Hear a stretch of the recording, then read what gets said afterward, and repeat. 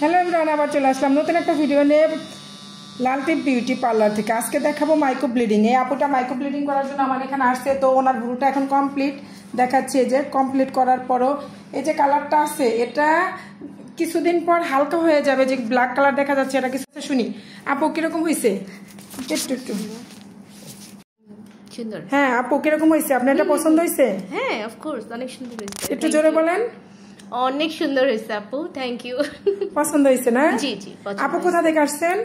এই তো আমি আপনার প্রতিবেশী। উনি আমার প্রতিবেশী, আমার পাশেই থাকে। তো মানুষ দূর দূর থেকে আসে। আপু ওর ইচ্ছা হলো আপু ভুরুটা একটু পাতলা, যার জন্য উনি একটু ব্ল্যাক কালার চাইছে, ব্ল্যাক করার জন্য।